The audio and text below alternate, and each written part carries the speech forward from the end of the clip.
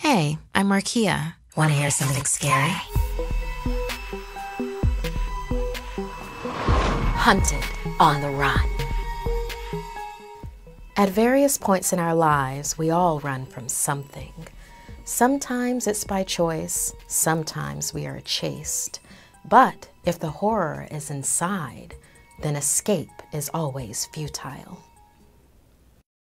My name is Ryan Gardner, and I am the monster you're scared of in the dead of night. But I'm trying so hard to be better.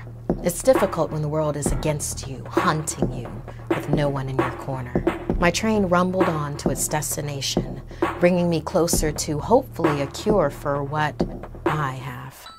Alone in my private car, I watched, transfixed and shaking, as the full moon's light flooded my space. My sweaty hands clutched my potion bottle. The liquid inside would hold off my change for now, but soon. There was a rap on my door, and it swung open. "Apologies, sir. An additional ticket check." The train attendant smiled thinly at me. "There seems to be an individual on board without proper passage." Staring at me, he barely looked at my ticket after I handed it over.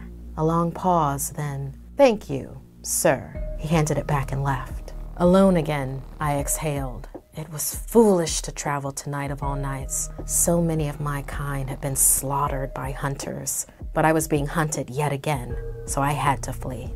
Luckily, I've got just enough medicine to last until I arrive in safer territory. Reaching again for the bottle, my trembling hand knocked it to the ground. I watched as the cork ripped out and it bounced out of the door left open by the attendant, spilling the precious liquid everywhere.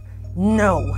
If I change here, everyone on this train will be in danger. Scrambling outside for the bottle, I watched as a raven-haired woman picked it up from the corridor and smiled warmly at me.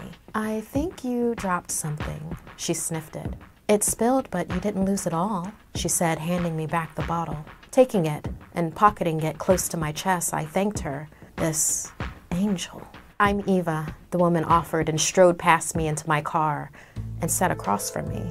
The scent of her blood was intoxicating. I must stay in control. Quickly, I shook her hand and introduced myself. I apologized and informed her that I'd paid extra for a private car.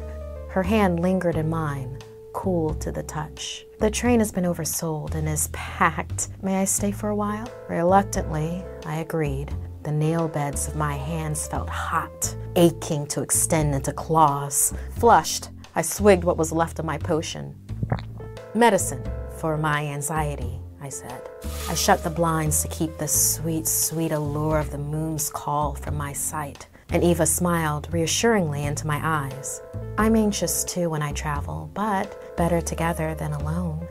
Eva was traveling for business. She was a great talker, which I love because I'm a good listener.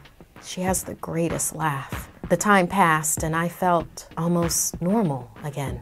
I wondered if she would be as wonderful if she knew the monster that I truly am. The train attendant came back for dinner orders.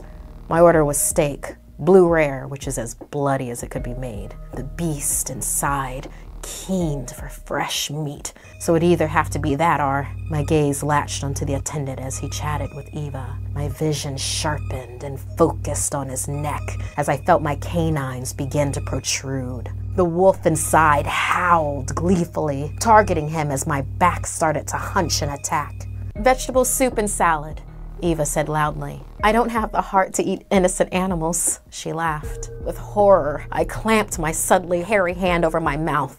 I refuse to be the monster those hunters think I am. "I'm a carnivore," I blurted out. But I could try to eat something else," she interrupted, insisting she didn't mind at all. The attendant looked at me strangely and left quickly. Had they seen me begin to change? After the door shut, alone once again, Eva gasped, "Ryan, your teeth!" As she stood up, I felt the bottom drop out of my stomach. I'd been caught. She was going to run and scream. I am the monster that should always be alone. Wearily, I looked away from her and raised my hands, palm up. The fantasy was over. I was startled as she instead grasped my hand in one of hers. "Ryan, you're the one in danger." After that, the door burst open. A loud crack splintered the air as a crossbow bolt was fired and lodged into my chest.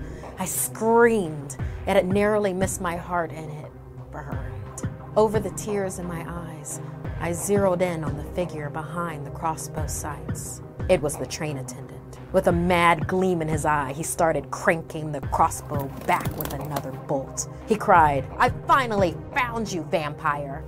Vampire? I thought groggily. My wolfman transformation began quickly as I lost blood. Fur sprouted on my face and my snout snapped forward over sharp jaws. I stumbled toward the monster hunter, trying to shield Eva.